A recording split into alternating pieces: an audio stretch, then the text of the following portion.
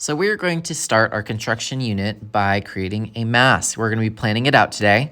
You might be thinking of a mask from your favorite game, or maybe it's a mask that's important to your culture or something that you've seen before. Could it be inspired by Peruvian masks? We're going to be using cardboard to create our mask. We're also going to have an opportunity to hopefully get some color on it. So be thinking about what you want to create. Today, we're going to be going over some cardboard techniques and then coming up with a brainstorm. Here I do a mask project. Normally I do paper mache, but just to keep it balanced so that the kids online can do it, we're going to be doing a cardboard face mask. We're going to be using cardboard to create our mask. But first, let's go ahead and just take a day to plan it out. You guys are going to be taking a look at some different techniques that I'm going to give you access to.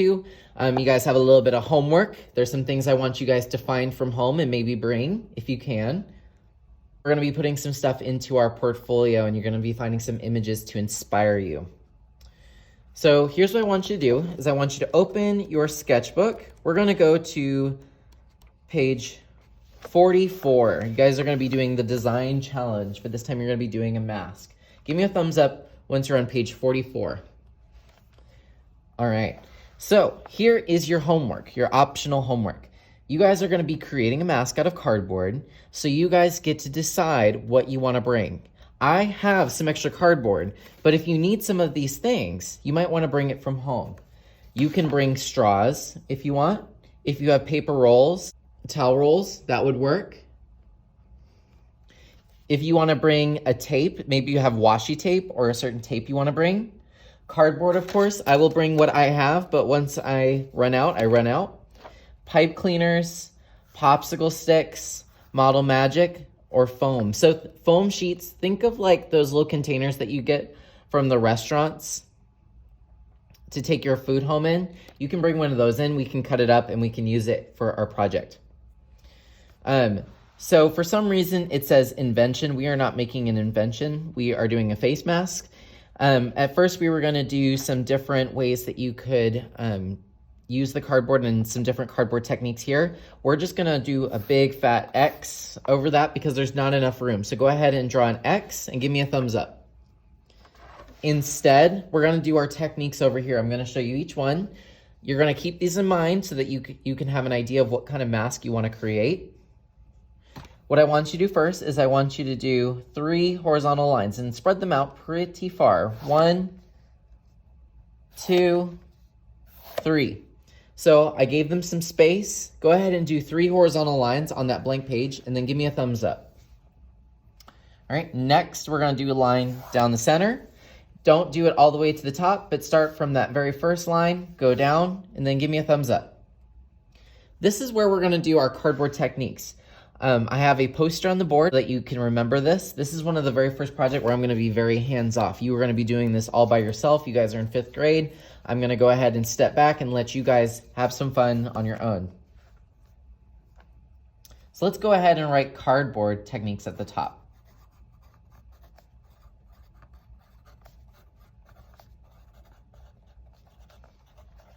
Give me a thumbs up once you have it. We're also going to be tested on this. We're going to be doing a Kahoot at the end of this unit so I can see what you guys remember. The very first one I want you to write is flange. I know that's a really strange word. Go ahead and write flange and give me a thumbs up. So a flange is when you take a cylinder, like this little toilet paper roll that I found, and you glue it down. Now, when I've done this project before and people brought the rolls from home, they just wanted to take a bunch of glue and go psh, and it never works. It always falls over because that's not enough space for the glue to actually attach to anything. So what flange means is that you took the cylinder, you gave it little cuts. This is called giving it feet. We're gonna be mentioning feet a lot. And then you bend them up. If I give it glue on each one of those little feet, dot, dot, dot, it will actually stick to the surface that I'm gluing it on. And after about 10 seconds of holding it, I'll be right back, it won't fall off. It'll be stuck there. So if you want to do something cylindrical, like maybe eyes or something, this could be for you. So think about next time you see someone about to throw away a toilet paper or a towel roll, just say, hey, Mom, Dad, I need to bring that to school next week, so you can put it in your art bag and bring it to art. So think about that if you want to do it. So let's go ahead and record that down. What you're going to do is you're going to draw your best cylinder or whatever will help you remember. I'm going to give it some little feet. And then maybe draw a little piece of paper or something, an arrow. But go ahead and draw what we just talked about so that you'll remember, and give me a thumbs up. All right. The next one we're going to talk about is the L brace. So the L brace is how you can get something to pop out. So this could be like, think of like a trap door. L brace. Give me a thumbs up once you have that. So let's talk about what an L brace is. So I have this piece of cardboard and I want to bend it, but you're going to notice when you use cardboard, it looks like that, and it doesn't always stick. Do you see how it's like going up? Is you can take your scissors, so you will need scissors by next time. Make sure you have scissors. And you are going to take your scissors, and I'm going to draw a line. This is where I have to be super careful. And drag it. It gives it a little bit more clearance to open up, and that way it'll be a little bit more flat and it won't pop up. Instead of going through all the hassle of cutting out two pieces and just hoping that they stand up by themselves, you can do an L brace and it will stand up by itself, and there's less work you have to do. I'm gonna show you the way I do it. I'm just gonna do like a little, almost looks like a laptop or Chromebook, and a little arrow showing that it opens up. Maybe you can even do a dash line instead to show that we took some scissors and we dragged it along to give it kind of that like book little feel. Go ahead and draw your best L brace and give me a thumbs up. All right, next one is tabs and feet. Like I said, we're gonna be mentioning feet a lot, not the stinky kind. So let's say that I have a really long piece. You could try just taking some glue and gluing this down, but you know that's not gonna work because it's too tall. The glue is not gonna help you very much. So you're gonna have to give it feet. The reason that humans don't fall down all the time is because our feet are flat and it helps with gravity. So I would cut a little piece, and then instead of bending them the same direction, I'm gonna bend one back and one forward. Just give it a dot of glue on each little tab.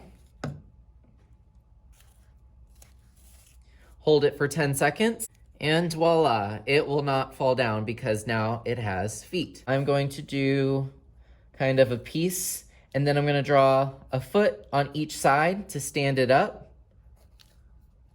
and maybe draw the surface and an arrow so you can see that it gets plopped down. But go ahead and just draw whatever's gonna help you remember tabs and feet. Give me a thumbs up when you're ready. Oops, and I forgot to label it. Let's go ahead and write tabs and feet. Give me a thumbs up once you have it. All right, let's not forget to the next one. It's gonna be slot, just a 4-letter word, S-L-O-T. Give me a thumbs up once you have that. So slot is one of my favorites because it's the magic one. You don't need any glue for this to work. This is great if you want to create something and you don't have anything like glue. All you have is cardboard. You can actually connect and combine two pieces by just cutting. So let me show you. If I try to connect these two pieces, it's never going to work for you. But if you put a little slot, I like to think it looks like a pair of shorts now on each one. So I'm going to make these into a pair of shorts. And then you combine them where you cut, and you have to press a little bit. There we go. So now they are combined, and I did not need any glue for that. To draw your best slot. So when I draw this, I draw two pieces, my little pairs of shorts, and then them connecting. So I draw a little arrow in between them. But draw whatever's gonna help you remember that technique, and then give me a thumbs up. All right, so our next one is exposed corrugation. That one's a long one. I'm gonna go ahead and write that. Give me a thumbs up once you've spelled exposed corrugation. So all that means is that you peeled the layer on a piece of cardboard. You can rip it or even just take your scissors and get it out that way. You can get some really interesting effects. And of course, you can glue it down whatever you need. Let's go ahead and draw exposed corrugation. I'll show you the way I do it. I do it a wavy roller coaster line. I do some diagonals, it starts to look like a Lay's chip. And then I just do some wavy lines on the other side. And that way I can remember that there's some exposed corrugation. You can tear that off for this project. But give me a thumbs up once you have something drawn. All right, last one. This is really easy. You probably already guessed what it was. It's stacking. You can stack the cardboard. Go ahead and write stacking and then give me a thumbs up. So what that literally means is that you can take a piece of cut cardboard, you can put some glue down, and you can literally glue pieces on top. You can also overlap things. That's literally all it means. Stacking just means overlapping. So for stacking, why don't you just draw a shape and then draw some random shapes on top, overlapping each other. Something that will remind you that you can stack different pieces on top of each other. For now, go ahead and close your sketchbook. We're going to need our Chromebooks at this time. Go ahead and open your Chromebooks and give me a thumbs up. So today, you guys are going to be first going on the internet, finding some masks that you like. I'm gonna give you some options. We're gonna be putting those photos into our portfolio. That way you have it and you can refer to those images for what you wanna create today. You may not know what you wanna create yet, but I'm gonna give you some options. Let's find our portfolio. There's two ways that you can do that. You can swipe up and just type in art portfolio and you should be able to find it. Or if that is too intense for you, you can go to Art at Home, 5th grade, go to classwork, and I have put your portfolio at the top now. You can go ahead and just click that link and find your portfolio that way. But somehow find your portfolio and then give me a thumbs up so I know that we're ready to continue. All right. It makes me so sad, but we are so far in our portfolio. We're almost at the end. Look at all the slides we never did. So don't complain when we put stuff in our portfolio. It could be a lot worse. We're gonna go to slide 29. So this is after slide 28, which starts our construction unit. But go to slide 29 and give me a thumbs up. So here is where I want you to find images from the internet. I'm gonna give you some things that you can look up. You can press the plus button, but keep your portfolio open. Let's say I wanna look up, if you need help spelling this, I can write it on the board. And then I'm gonna add the word mask. All right, here are some interesting masks. Some of them are a little bit freaky deaky. But let's say I really like this one. I'm gonna click it. I'm gonna go over to that image with 2 fingers, press this. I am not going to save it. You don't have to. Go to copy image, click. Go back to your portfolio, double click again, bam. And then you're gonna press paste. And then it is in your portfolio. I want you to find at least 3 images from the internet of masks. You could just type in masks, but you're probably just going to find face masks. You're gonna have to be specific. Superhero mask. Is there a favorite superhero that could inspire me? So click it, copy, back, double click, paste. If it's too big, you can swipe it down. I need one more image that could inspire me. You can think outside the box. We don't normally think of a football player as having a mask. If you think about it, it pretty much is a mask. It's just used for protection. So now I have 3 images on my slide 29 that I can use for inspiration. So in a moment, we're gonna start drawing and coming up with our ideas. But go ahead, let's take about 5 minutes to find some interesting masks from the internet. But give me a thumbs up when you're done. All right. So on slide 30 is where I want you to include a sketch of the face mask you want to do. So I looked over my inspiration. I think I'm going to go with the Dia de los Muertos just because there's a lot of very simple shapes and whatnot. I also want you to plan out color. Depending on how long we get for this project, we will be able to make our masks out of cardboard, and then we should be able to add color at some point, hopefully, fingers crossed. So on slide 30 is where I want you to put an image of your sketch. Where are you gonna draw it?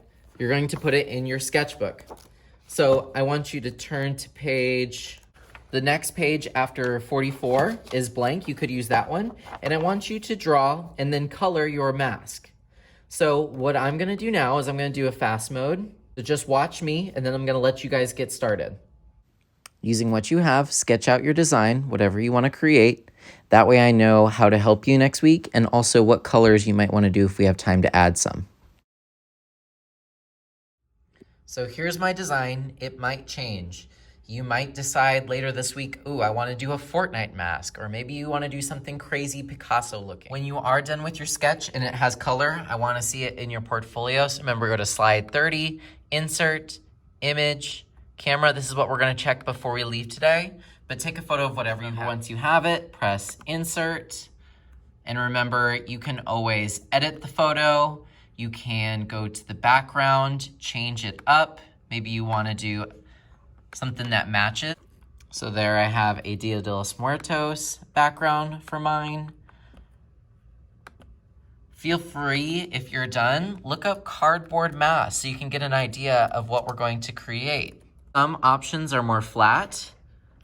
You can see that this one has a lot of those different techniques, like the corrugated edge. You could create something that you could actually wear. Mine's gonna be more flat, but these are all options for you. And like I said, we might even have time to add color. So I definitely wanna see your color in your image just in case we get enough time. All right, guys, have a wonderful day. Don't forget to get a picture on slide 30. That's what I'm checking before you leave. If you finish early, feel free to work on your Chromebook, free draw in your sketchbook. Have fun. See you guys later.